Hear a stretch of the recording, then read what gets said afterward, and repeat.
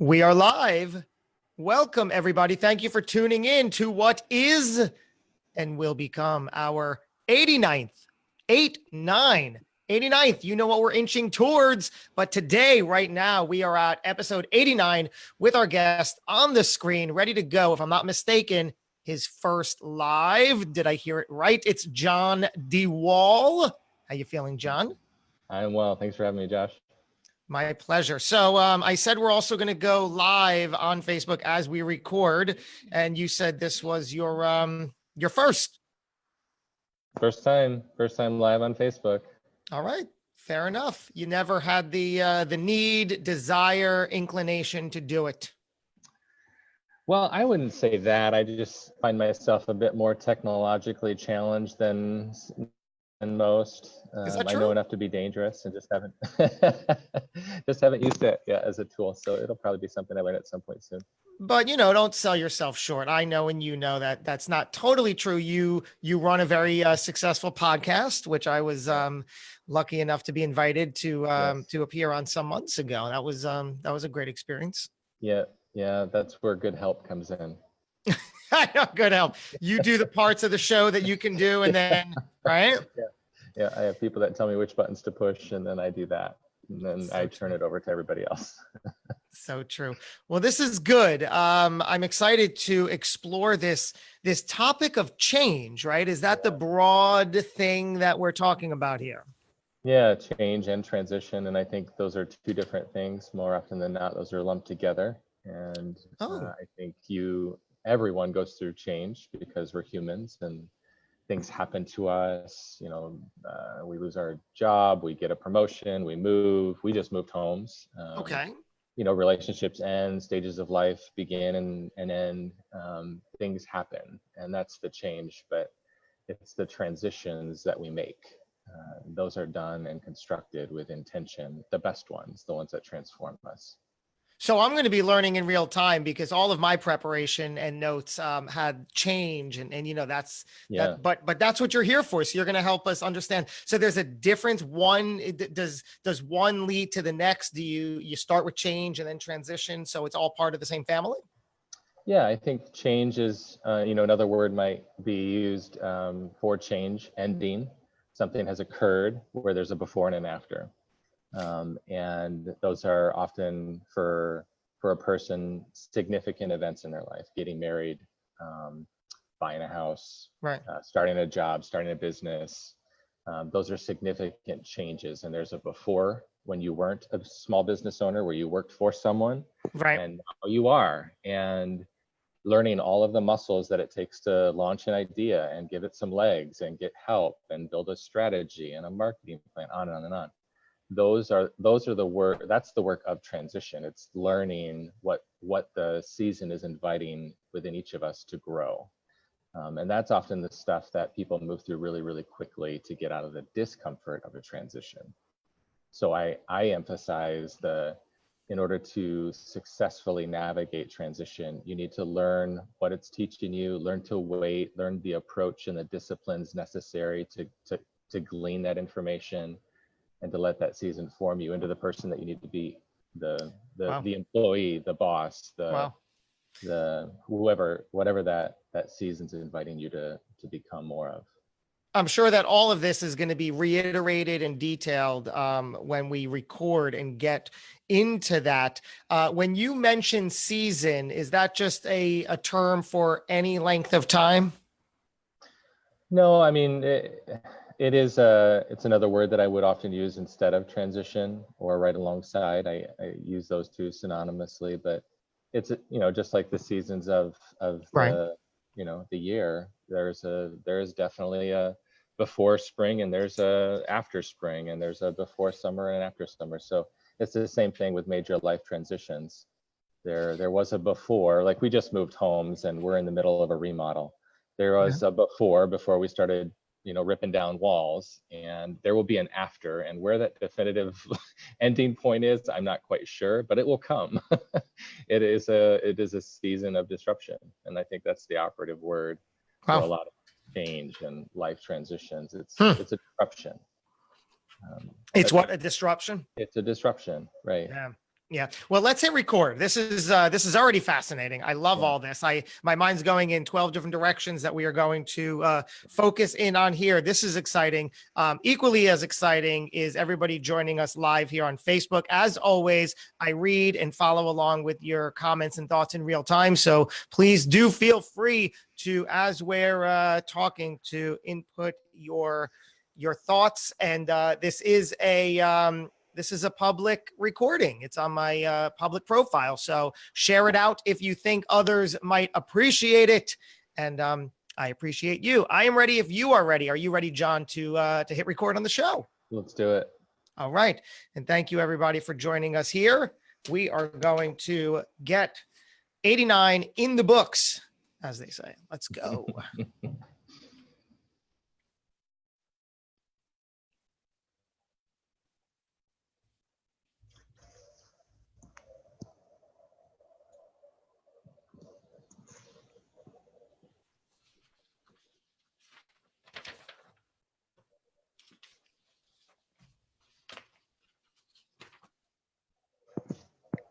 Hey there, guys. Thanks for joining us. You're tuned right into the Hidden Entrepreneur Show. I am your host, Josh Carey. You know those times of change in your life, whether it's with a job or a career or in a relationship or a growth and change within yourself, and you find yourself smack in the middle of the familiar and the completely unknown? You know that it's time to move forward, to move on, to leave the familiar or the comfortable behind, but you have no clue what's ahead. And of course, that can be scary, frightening, perhaps thrilling, but it's unknown. And all of these emotions kick in: fear, doubt, concern. The voices in your head start going crazy. Well, that space in time when you find yourself in a life transition like that is called a liminal space, the time between the what was and the next. Imagine having the professional guidance to help you navigate successfully through these times of change. Well, our guest today does just that. He's the executive director and transition guide at Liminal Space, a place with developed tools, resources, and workshops that help you approach your own liminal space and navigate any life transition with boldness and confidence. Who doesn't want that? Help me welcome our guest. It's John Dewaal. What's going on, John? Hey, Josh, thanks for having me on the show. Grateful to be here.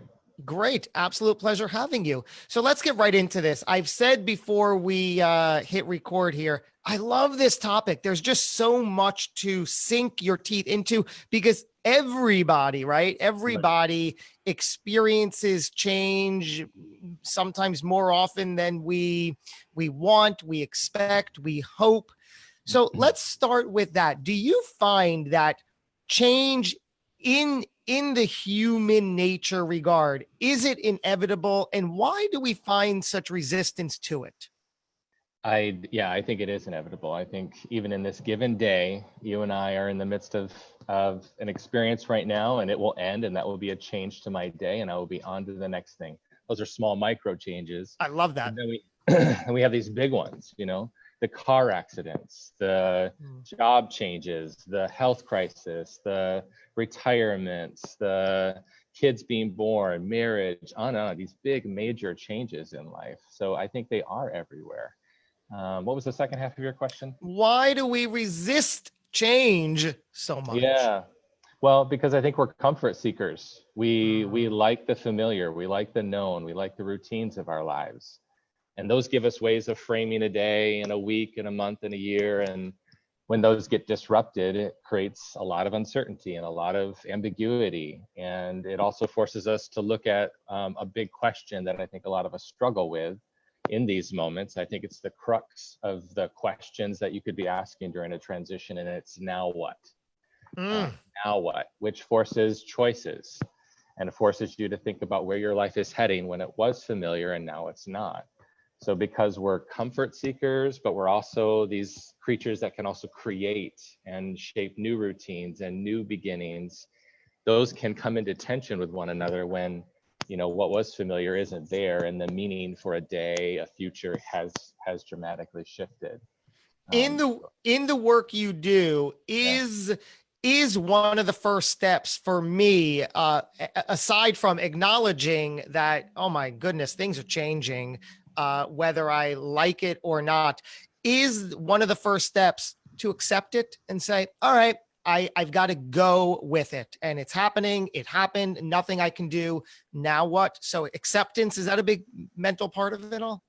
I I think it's a place that you would want to get in order to fully discover what the transition could be inviting in the way of opportunities. And I do think there are opportunities in every transition, but acceptance is one of those stages of grief that Hmm. is very well documented. And but before that, there's quite a few other stages like bargaining and anger, and all the things that come with loss, the denial. So I think that stuff is also very present for many of us as we go through these changes, hopefully to get to that point where we can accept that now this is the story and what was is no more. And until we get to that point of acceptance and then moving forward with, again, that question, now what? What do you want for your future? What do you desire to do with this new reality?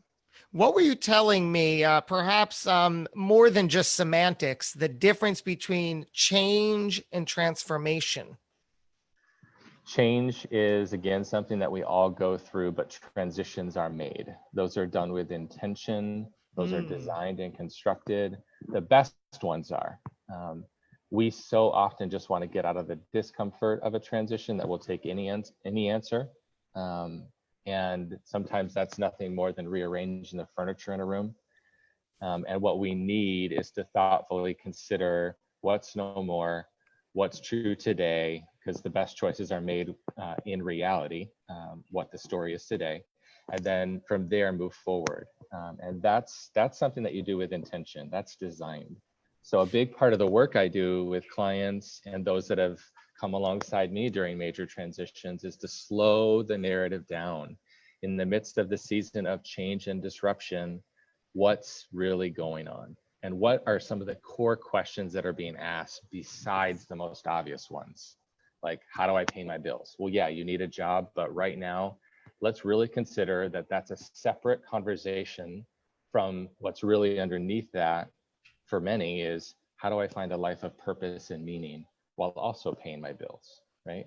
Those two are both important. We got to feed our stomachs and our hearts. And so it's slowing the narrative down, addressing some of the core questions that are being asked, while all those other noisy ones are also being asked and are also important. So you're the executive director. This Yep. is your baby, right? You started this whole thing. Liminal space. It's a space in Seattle. In Edmonds, Washington, yep, just north of Seattle, downtown. Right. And Yep. you have a whole thing going on there. It's not just you dealing with clients. You have a board, you have a big physical space where you hold workshops. And what Right. is your, give me a real example or even a case study of sorts. Who do you best work with, and what's their situation that you're helping them through? Yeah. I think probably one of the more common clients I'm working with is the ones who have been doing a particular job or on a career trajectory for 10, 15, 20 years. Mhm. And they can tell me quite clearly that what they don't want to do, but they can't tell me what they really want to do with their life. They've got some strengths, some gifts. They've got a path behind them that demonstrates expertise. And how do I parlay all of that into something that is really by design more meaningful and desired for a future?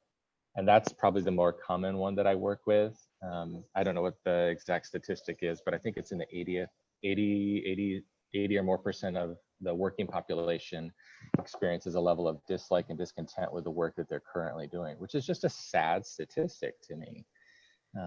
To know that that many people are unhappy with their work. And so I like to help people figure out what it is that they really want to do with all of those hours in a given day and week that they're creatively expending towards things that they want to create in the world. And we need more people that are alive doing that, especially in this day and age. How do you approach that? So if I come to you and I say, John, I'm just Yeah. miserable in what I'm doing. I'm here. Work with me. Help Yeah. me. Where am I going? What am I doing? What's that process like? That's a great question. I think that's what distinguishes a lot of what I do. At the very front end, I'm asking during these times where things are topsy-turvy and disrupted, how do you typically navigate change?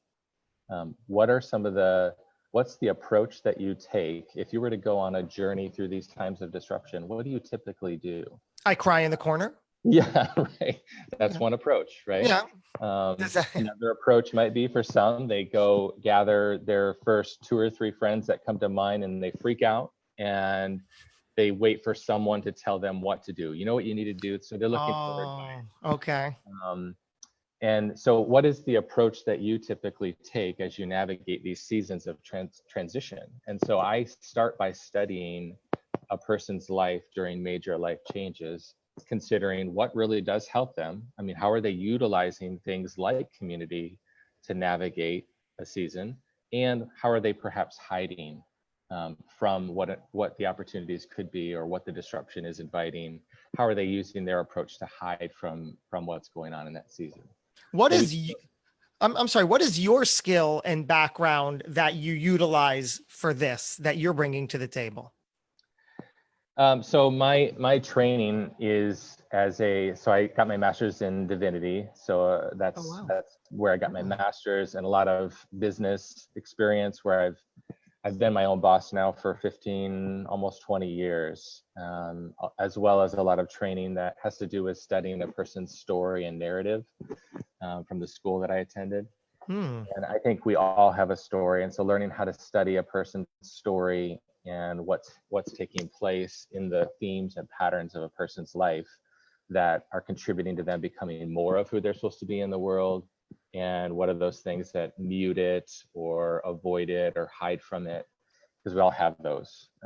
And Hmm. no better time to study those than within a season of disruption and transition. So, the background is certainly the education is there, but and then it's just being thrown in the deep end and starting to work with people and learning, right? And just having client after client after client over these 10 years where I'm fascinated by who you are and who you could be. And with that curiosity, learning what it means to engage them in their particularity, knowing that there's certainly common themes and questions that we're all asking during these significant seasons, but the way that plays itself out for this unique one person in front of me as we're journeying together, that's fascinating to me. And so I get to be their Sherpa of sorts Wow. as It's a we good way go to put on it. as Yeah. we go on a journey. I love this so much because as I was doing the research for this interview and preparing for it, I realized that we, in so many regards, macro and micro, we're going through change, and some of it is welcome, some of it is not, some of it Mhm. is us taking the deliberate step away from and into what we want. Sometimes we're being Yeah, pushed away and we're like, oh my gosh, I have no choice now. yeah, So just all that, and other times, like you said, the very micro, we are, within an hour, this whole experience of the now will change. mm, And maybe it doesn't feel life altering, so we could process it and move on from yeah, it. But yeah. it's just understanding that there's change on every level, and it helps to have the right equipment, so to speak, by your side, right? Because Mhm. how often do you find people are really going to be like? Is this like an annual thing that these happen, or more often or less often? In one person's life? Yeah. Well, I give me 5 minutes with anybody, and I'm sure we'll identify some place where that person is in transition, right? The moment you become aware of the questions and some of the things that are churning inside is an indication that you are perhaps in a season of transition. What are Um, some of the topics like career? What else might someone identify with?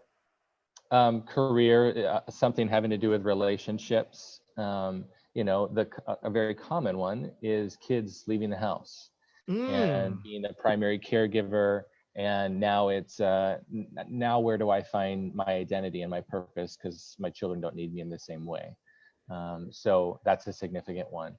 retirement. I've dedicated 30, 40 years of my life to this body of work. Wow. And I'm supposed to let that go. And part of me wants to let that go, but part of me doesn't. Right. What does that mean? Who do I Yeah, become? What does that say about me? right, right. And I think that that word become, who do I become when I've shaped my entire life around this activity, whether it's raising kids or this career that I've had, or this city that I've lived in, or this community I've been a part of, or this business I've started. So much of our identity gets tied to these things. Hmm. And when those things shift and sometimes crumble, or we willingly let them go, it's really figuring out like, who am I now in the midst of that change, and who do I wish to become Yeah. given the story's trajectory. I love that. Do you find that you have to deal with a person's ego? Is that when you're doing work with them? Does that get in the way and you have to gently navigate through that? Yeah, I think we all have ways of creating a way of presenting our lives to the world. And again, like I said earlier, some of that is helpful. There are constructs that help us navigate a day, a week, relationships, different environments and contexts, but some of that we use to protect ourselves. And transitions are inherently vulnerable. So, a big part of my work is to help identify with that individual, where are you protecting yourself and how is that serving you, and why is that not helpful, and why could it be helpful in the future given where you want to go, Hmm. and helping people become more honest with some of those areas, more truthful. Again, that idea of like the best choices, which is what transitions really do hold, are a lot of hard choices. The best choices are rooted when you know who you are and what story you're in.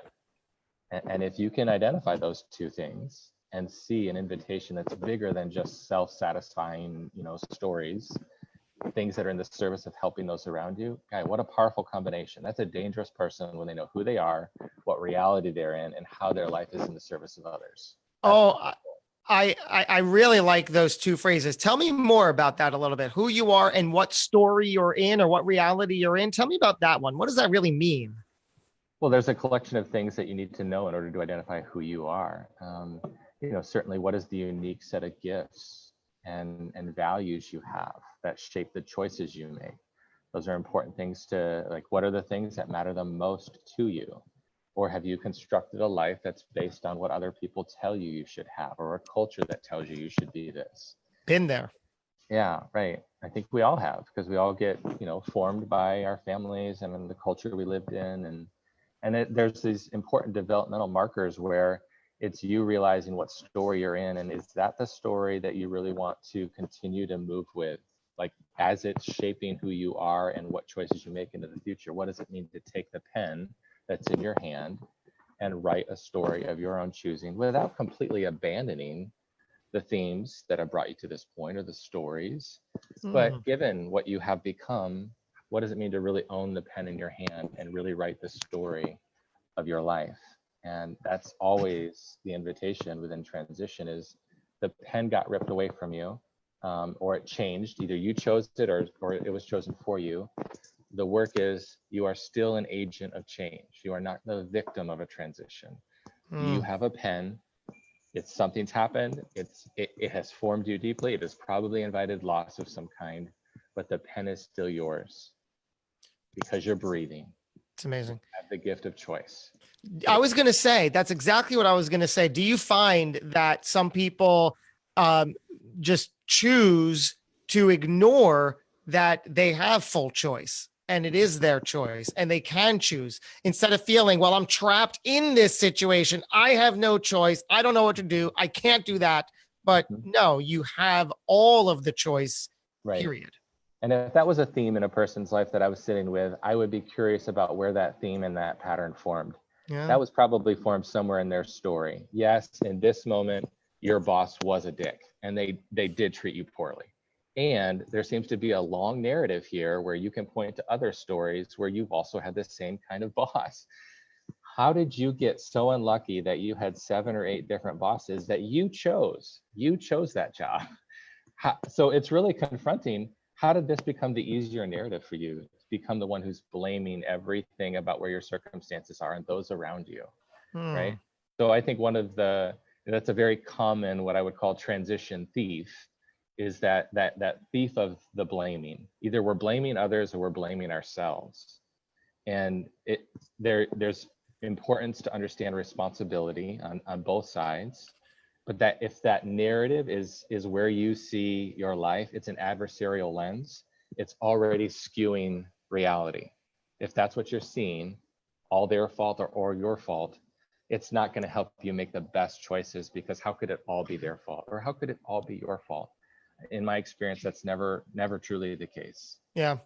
I used to play the victim much of my life until I heard that that's an actual thing. While I was playing the victim, I wasn't so aware that I was playing the victim, and sort of owned and embraced that, and really needed that role to help perpetuate my story. Yeah. Same. And until I heard somebody talking about how there's a victim role out there, and I was ready to hear it. And, I was already in transition and changing and transforming and leaving these old patterns and habits behind. I was ready to see it and hear it. And it just landed. I was like, oh my God, that's a thing. And that's been my thing. Son of a gun. I've been the victim. I can't do this anymore. And then I was aware of that even being a thing. Yeah, and that can become normal and mark an entire person's life, where that is a dominant theme. And I think what it does is it keeps a person safe in what's really, really familiar. Because if you had to set aside that theme of a victim and really own your life, it would invite you to become more vulnerable, more courageous, more bold, more Ooh, imagine that. Yeah. right? And I would argue more alive. The victim doesn't have to feel the agency of their life. They just have to feel the blame that they place everywhere else. And so I think we're all invited to become agents of change and transformation in the world. Transitions are the best seasons to do that, but it puts us it asks us to take a really hard look in the mirror at these themes and patterns that have been there our whole lives and have been shaped by our stories. And so we need to know what those are in order to write the story we fully want, based on the desires that are in our heart already. And I believe everybody has those.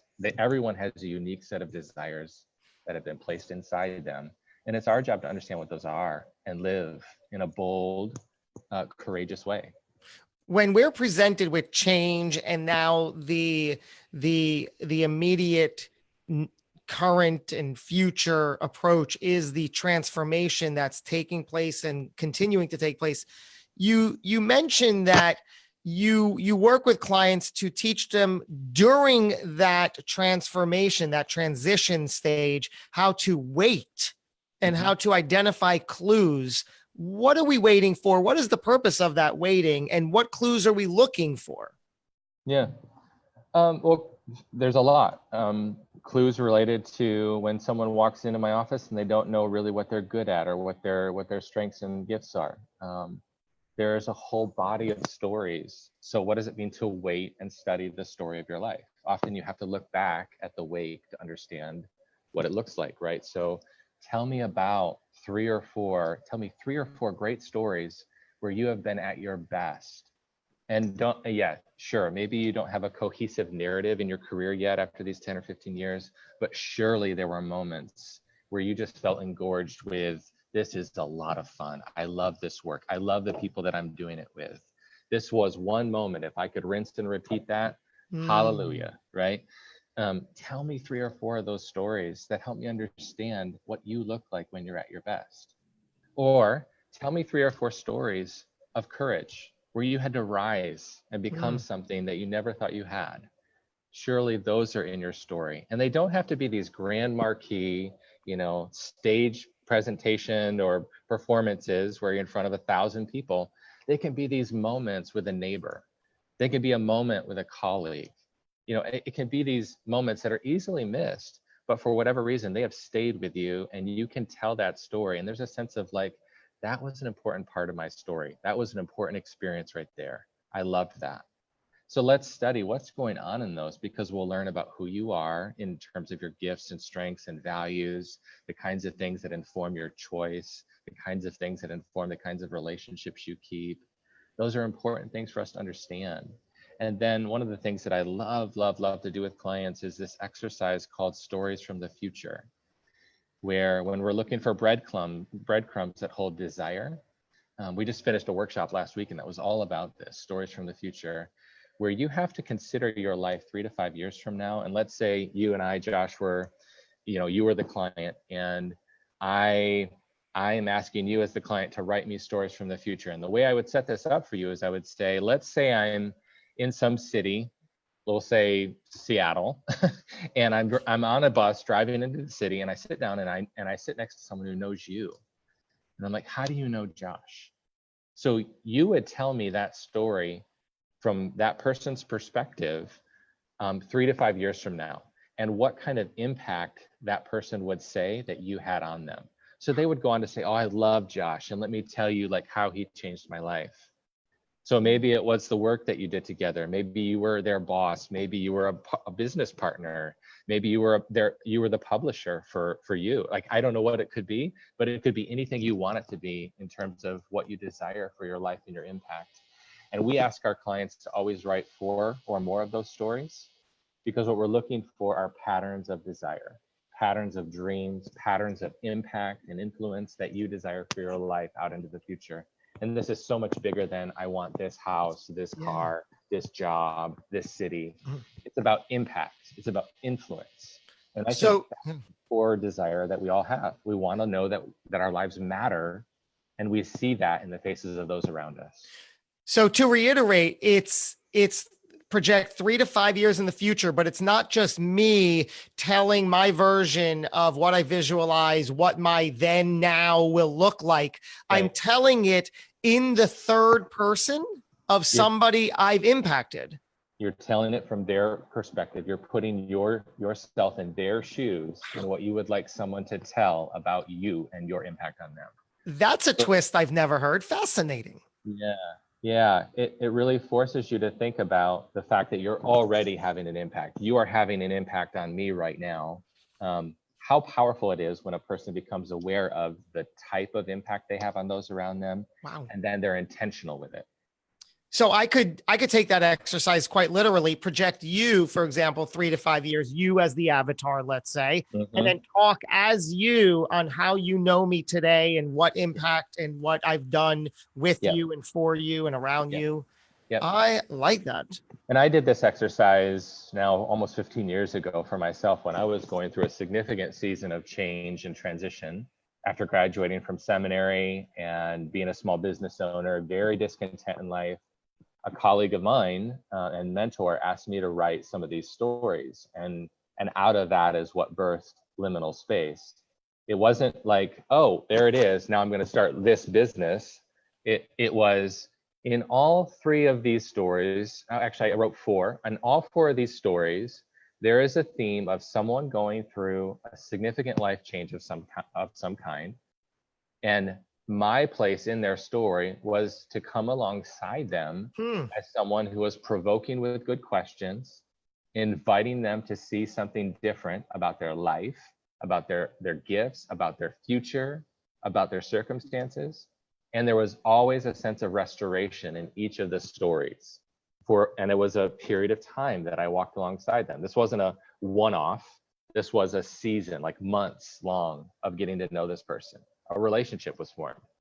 And so these themes were named in these stories that I had no idea were there. I had no idea it was present until someone, this colleague and mentor who has become a dear friend, looked at the stories and named the patterns. And all of a sudden it was like, there it is. Like, it's right there. Now, my next question is, okay, so what? What do I do with this, right? What do you do with that? And that's where the role of experimentation, prototyping. We need to take these patterns of desire for our futures and experiment with them before we take a leap towards, starting that thing or moving to another company or, completely changing the story. Let's, in a lab type setting, get some more learning.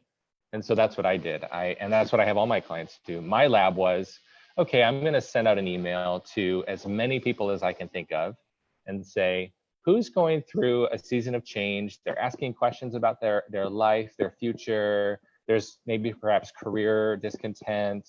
I would like to meet with you for a 6-month period of time, at least once a month, and we'll meet maybe at a coffee shop or a hotel lobby, and I'll just do my thing, asking you a bunch of questions. We'll have engaging conversation. I might even give you some homework assignments. And that's how it began. That was my laboratory, while I was also doing my full-time work on the side. And that was, so I was already paying the bills, making things, making ends meet. But this became a place of, I can creatively experiment with a desired future without like completely taking the Etch-a-Sketch and shaking it and starting over, right? I can experiment with this corner of it over here and see what comes to life. And things started to come to life. Wow, and there's so much value in what you just said, especially in the one point that all business owners and entrepreneurs should hear. It's the point that launched this liminal space for you.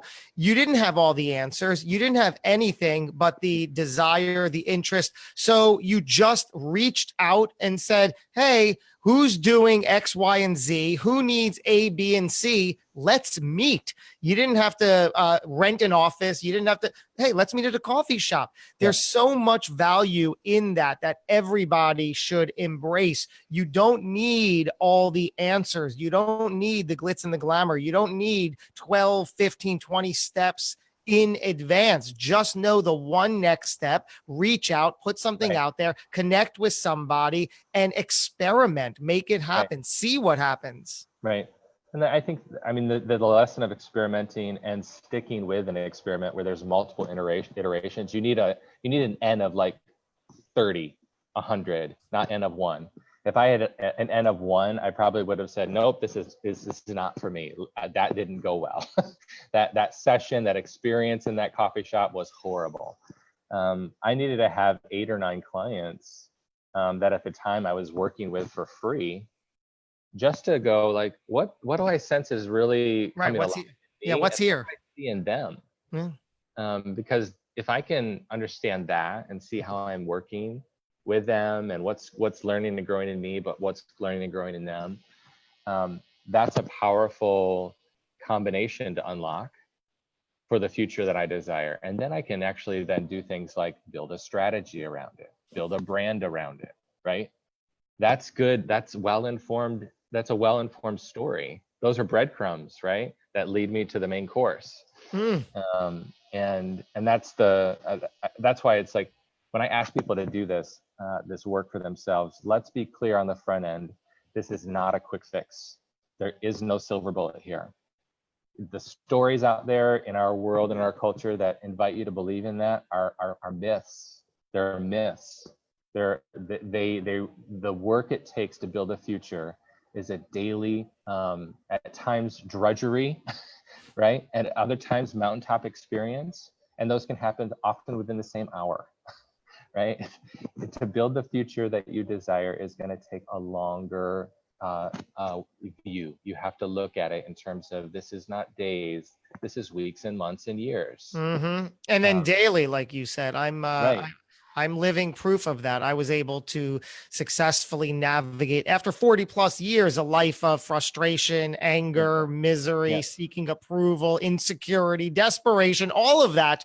And today I often talk about how I feel like and act like I'm in recovery. In many ways I am, which makes it a daily habit and practice, but I love it. There's no other way that I want to live. It's like, okay, good. Now I'm on this side. I can only continue to grow. It's mine to lose. I don't want to lose this. So I'm going to continue to put in the quote unquote effort, the quote unquote work that keeps me alive, shining, and growing. Right. And no doubt there will be changes up ahead that disrupt life, and those could come in all different forms. But knowing what you know today and who you've become today, the desire would be, let's continue moving forward with those things that no one can take from you. This perspective, this thing that you're describing is inside you, right? It's with you, and you take that wherever you go. Though, maybe someday this construct that you've built your life around, this work that you're doing may change and shift. Of But course. the things that are inherently core to who you be and how you imprint and impact those around you, that stays with you. Wow.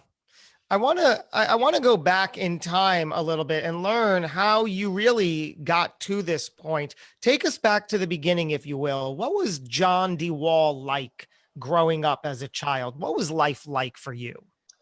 I grew up in West Michigan, Kalamazoo, and I was the second of 5 kids, and I grew up in a family where I was typically seen as the responsible child, the good son, the one who was good at sports. I drew the kind of attention that every parent, like, yes, there's a positive experience there, and I don't look on that with I enjoy that part of my story, but there was always this theme that I would experience growing up where maybe it was the neighbor, next door who would say, "You're so responsible."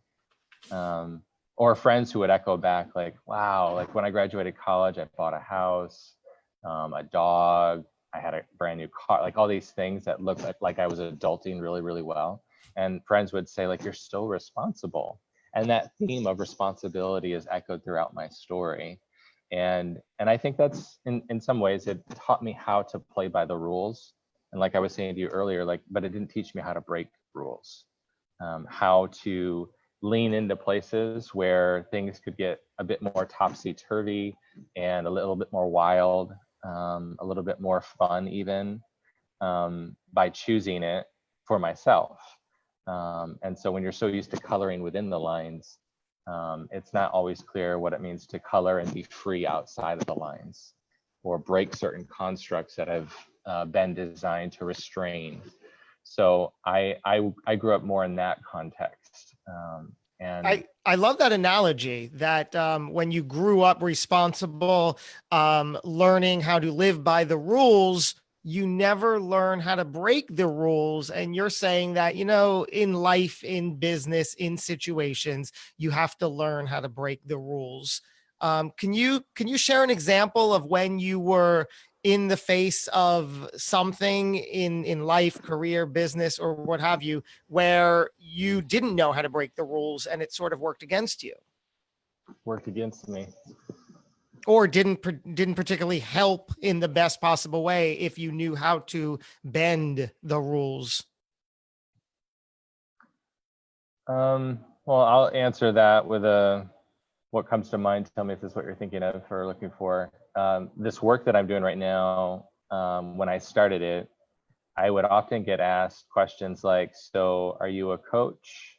Are you a counselor? Are you a spiritual director? Are you career counselor? What are you?" And I would often explain who I was by what I'm not. I'm not this. I'm not that. And I got 3 or 4 years into that and feeling somewhat frustrated by the fact that I couldn't fit within the framework of what people's questions were designed for. Wow. And I got tired of telling the world who I was by what I wasn't.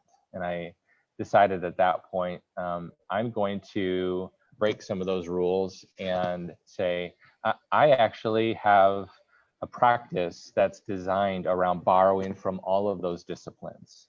So I do some counseling. I do some spiritual direction work with folks. I do a lot of career development work. Hmm. And I put all of those together in what I think is a really powerful offering that I think people are wanting. They're wanting to have questions that bleed into all areas of their life and not just one particular silo, because we're holistic beings. And you can't go through a career change without it impacting your finances, which often impacts your relationships and your lifestyle. Like, and for many, your faith. Like these are worlds that overlay on top of one another. So why play by the rule that says I have to be one thing? I have to choose one of those, when it feels more at home for me to say no. Hmm. I feel comfortable in a lot of these different realms. I'm not going to be the jack of all trades and be able to say I can handle every counseling therapeutic issue that walks into my office.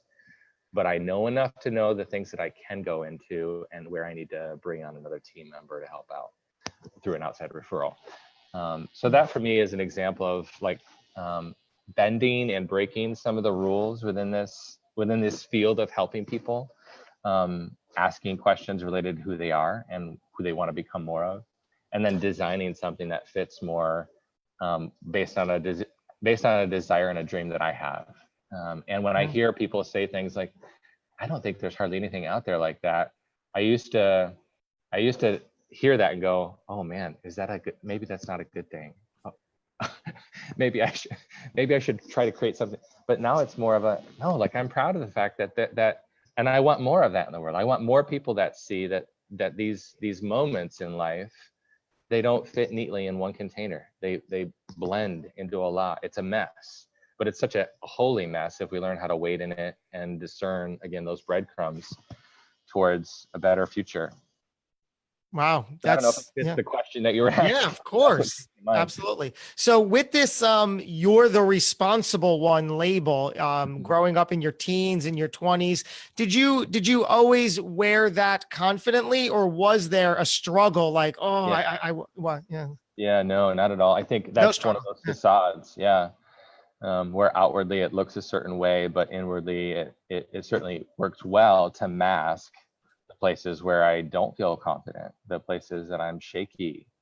And I think that's still part of my awareness for today, that it's so easy to project to the world that I got all my shit together, when there are things that feel shaky, out of my control.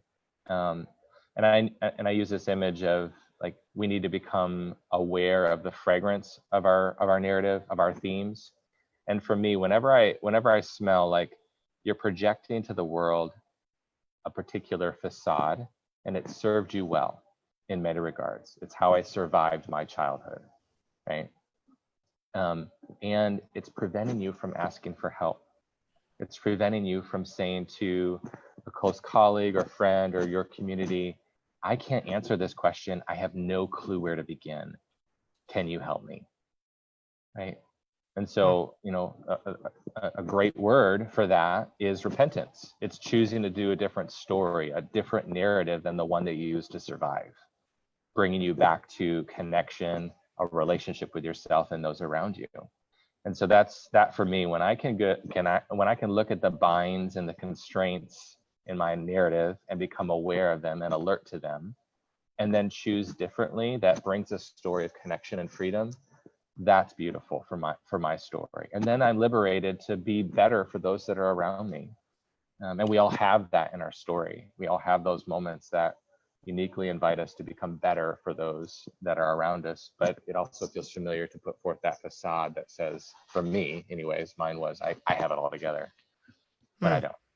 This brand, The Hidden Entrepreneur, was founded on the premise that I spent all this time hiding really not only all of my power, my skill, my talent, my ability, but I was hiding behind fear, using that as every excuse.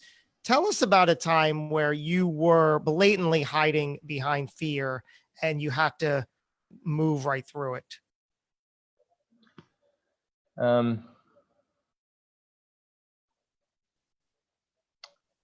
I think, well, for me, what comes immediately to mind was, this was back in 2007.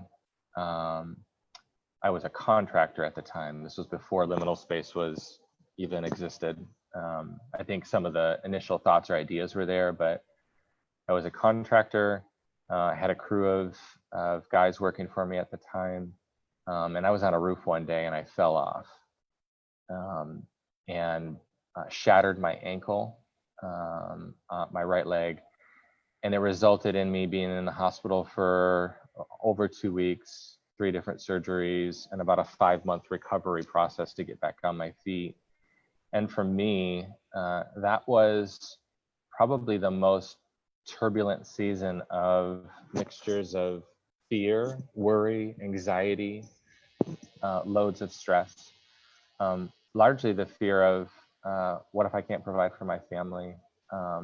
What will I do for a future career, because this one is coming to a dramatic conclusion, and I don't know what to do next. That could create an income, and not feel like I'm chained to a desk, and not just doing the normal daily grind of work. And I had small children at the time. I had a 2.5-year-old and a 4-month-old, and mountains of school debt. So there were just a lot of forces in that season that were plenty fearful for me. I think the one thing that really helped me move through that was community.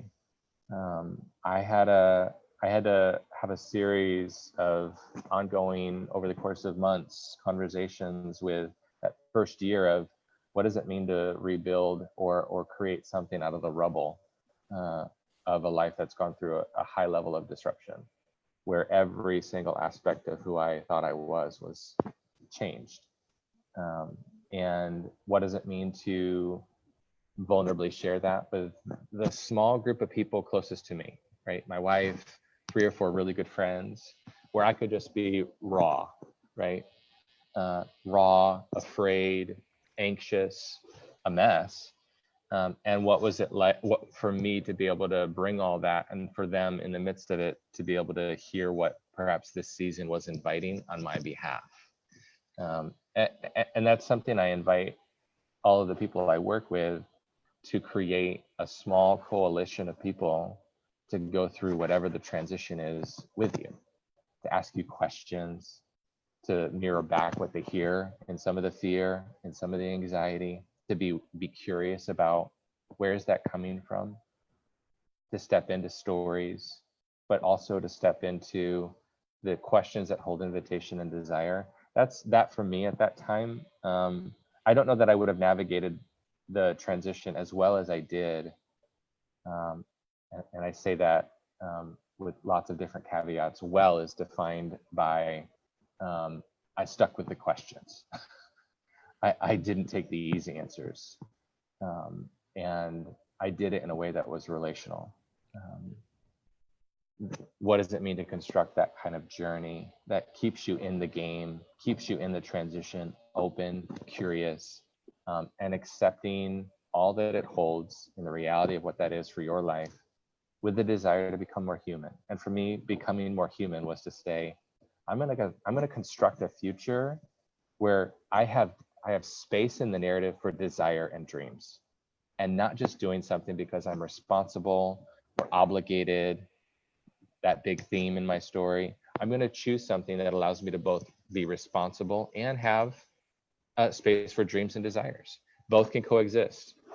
And I don't think I would have gotten there without the help of others and the ability to be vulnerable with where I was at.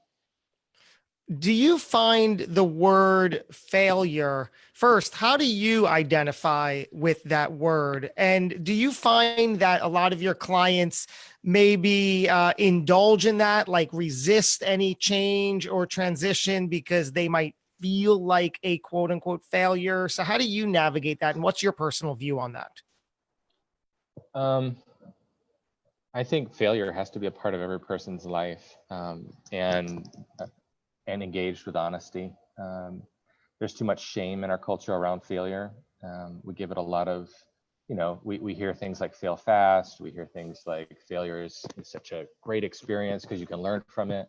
But in the reality of what people put out there and what you see, that's not the narrative where you hear people embracing failure. And yet we're drawn to it. We're drawn to those stories of people courageously leaning into moments where they've experienced the bottom, right? And so I think failure has a powerful place in everybody's story, but you have to lean into it. And for me, that looked like from one day to the next. I've got 3 or 4 people that I'm going to work with on that given day, and it's year 1 of my career in liminal space. I've never worked with that transition before. I feel shaky with that person because I can't figure out what's going on with their narrative. It's all new, right? And so you're going to cut your teeth. you're gonna make some missteps, and you're gonna say things that you're just like, I cannot believe that just came out of my mouth, right? I cannot believe that was where we landed today, and I wish I could do that over. I had so many moments where I had that team of people around me during that first year who could help me understand what was going on in the things that I was labeling a failure. And some of them were abysmal. They were just like, ugh, bad. But in the midst of that, what do you need to learn? What does it say about the themes and patterns that you're not aware of that you should become more aware of so that you can continue to write the story that you want? I like how you've attached shame to failure. It's so true. Yep. And Yep. that's a shame, isn't it? Yeah. And you have to learn how to sit with your shame in the midst of your failure. And that's not something you can do on your own. You need people to help you sit with your shame, the places that you'd rather just move through quickly and avoid. Because I think in all those moments where there was failure and shame with that failure, there was just this desire to want to hide. Just hide, right? Let's get back to that facade that looks like everything's all fine and dandy. And blame, it wasn't my fault, it was their fault. And to own my side of the conversation, my part in it, ultimately it's going to create a stronger, more courageous, more loving and kind John that can better be in the service of those that I come into contact with. So to courageously lean into those moments where failure and shame are so ripe creates for an opportunity to become more kind, and with that, more free in the world to be who you're supposed to be. Do you believe that everything happens for a reason? Oh man, that's such a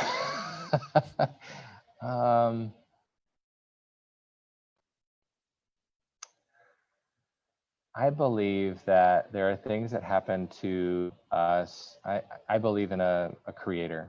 I believe in an author of our stories. I believe in a God. And I believe that there is something of our stories that he, she, whatever you want to label, is intimately aware of, more than we are. And I also believe in a God who's very curious and is a learner, and loves to learn us, and invites us again and again to create with our creator, because we have something in us that's designed for that.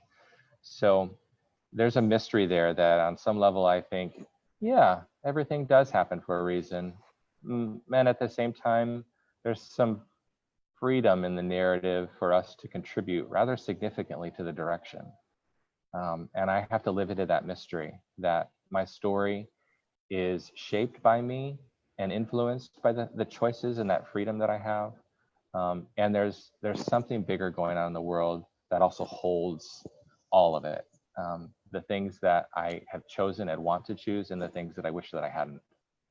And maybe I can rest a bit more in a belief that knows that there is a bigger force holding my life outside of anything that I could actually do. Are you spiritual or religious in any ways? Yeah, I am religious is a loaded word. I think most religions are bubbles that need to be burst.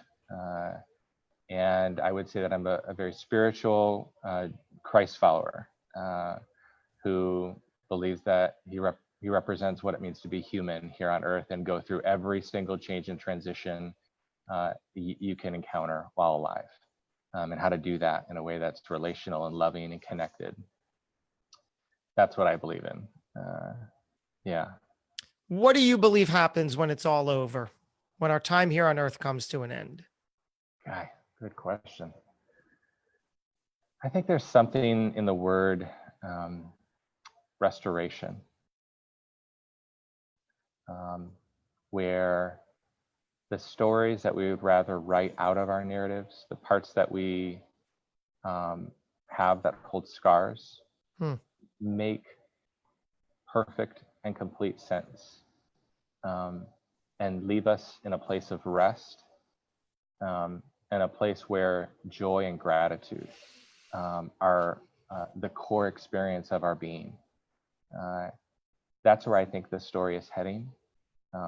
We are in many ways in one big transition, and have a tremendous opportunity to contribute to that kind of story as co-creators, and shape that kind of kingdom kind of experience now.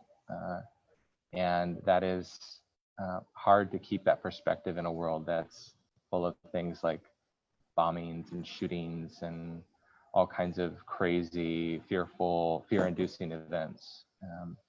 But I do think that that's the narrative we're heading towards. And we need more people with that perspective who can, in the midst of that kind of turbulence, be that presence of light, who can say, even in the midst of this pain, there is a hope on the horizon for something that will bring all things together in a way where it's fully restored. Beautifully put. Let's wrap all this up in a nice bow if we can. What's the overarching message and theme we're all talking about here? I think the theme that I'm just continually drawn to and pulled into, and I will endure months and months of painstaking drudgery to get to, is I think every single person's designed to live in a way that's fully alive. And I will come alongside anyone to fight on behalf of that person in them that's looking to become more fully alive in all its unique ways. And I think where we create most is in our careers. So I'd love to see people that are alive in their careers and alive with the life that they've constructed, at home, within their communities, within their work, within their faith communities, fully engaged, willing to risk. And I don't believe you can discover that outside of transition. That is discovered in these moments where things are kind of topsy-turvy. But that's the best time in life to pay attention, to be alert, to ask for help, and lean in. And so that's the heart of the message, is just don't leave the volatility and the turbulence. Don't take the easy answer until you understand who you're supposed to become within that season of change and transition. And for anybody listening or watching now, what's the very next step, the piece of action, the thing that they can do going forward? I would ask the question, what can I construct in my life that helps keep me open, curious, and present to the reality that I'm in today? So it could very practically be, I need 3 wise people in my life who can meet with me on a regular basis to help me see what's really going on, to ask questions, to be kind of like a clearness committee, to borrow from the Quakers. What can I engage in my life that keeps me open, curious, and available to the reality of this transition? It could be great self-care. It could be eating good food, diet, and exercise. It could be a spiritual practice of some kind, meditation, yoga. It could be coming up with a really good set of next action steps based on, if you've lost a job and you've got bills ready, you need to find some work, and that can be a paralyzing, terrifying place to be in. Let's identify the next 5 steps that you need to take within the immediacy of that need, that address it, but also don't, take you out of the transition prematurely. Take that off ramp. Let's keep you engaged in that question of what you really want to do with your life and what this season may be inviting. So I think that's the work, is what on the front end, before you make huge major life changes in these choices you make, slow the narrative down so that you can stay open and curious, and in the reality of the transition, so you can see more clearly. Those are the best places choices get made. And you need to construct an approach to do that. I will leave you with this final question. John Dewaal, how would you like to be remembered? As a faithful friend. A faithful friend who's willing to participate, whatever the story holds. And I think one of my favorite characters, my family, my boys were watching the Lord of the Rings trilogy. And I am perpetually drawn to characters like Samwise, who comes alongside Frodo and the ring that he's carrying, to be for him a participating faithful friend on that journey. That's how I want to be remembered. Wow, I like it. I like all of this, John. Really cool to have you. Cool to sit down with you like this. Thank you for coming on and opening up in the way you did, and for sharing all this with us. It's fascinating. Thank you very much. Thanks for having me, Josh. And thank you for everybody tuning in, whether it's to the live broadcast here or on the native podcast platform. If it's Apple, if it's Google, if it's Spotify, wherever you download and consume your podcasts, head over, rate and review us. I love reading your thoughts, seeing what you have to say. We're going to do this again real soon. Thank you for spending your time tuning in. Until we do, go get them. All right. We're off the podcast, but still live on Facebook. How do you feel? Great. This is such a fun conversation. You're a great host. I appreciate that, John. Yeah. You too. Like I said earlier, we flipped some months ago. I was on yours. Really cool experience. I like yours that. goes live to Wednesday. Oh, yeah? Yeah. So look for that. Interesting. Cool. Yeah. All right. Well, this has been a blast. I appreciate it. And like I said, everybody joining live, I love the live interaction. So how does it feel your first Facebook Live as a guest? It worked. It worked. It worked. You were very kind. Yes. Now this is good stuff. I could talk all day about this stuff. It's just this, like I said earlier, until you start doing the research and really understanding what we're talking about here. Oh, it's change is happening constantly. Mm-hmm. And just to become a little bit aware of, are you resisting it? Are you pushing it away? Are you leaning into it, away from it? Just so much there. And also there's this change that's about to happen, a new now moment, right? This whole hour is about to change. Right. But it'll stay close. All right. Yeah. Thank you, Josh.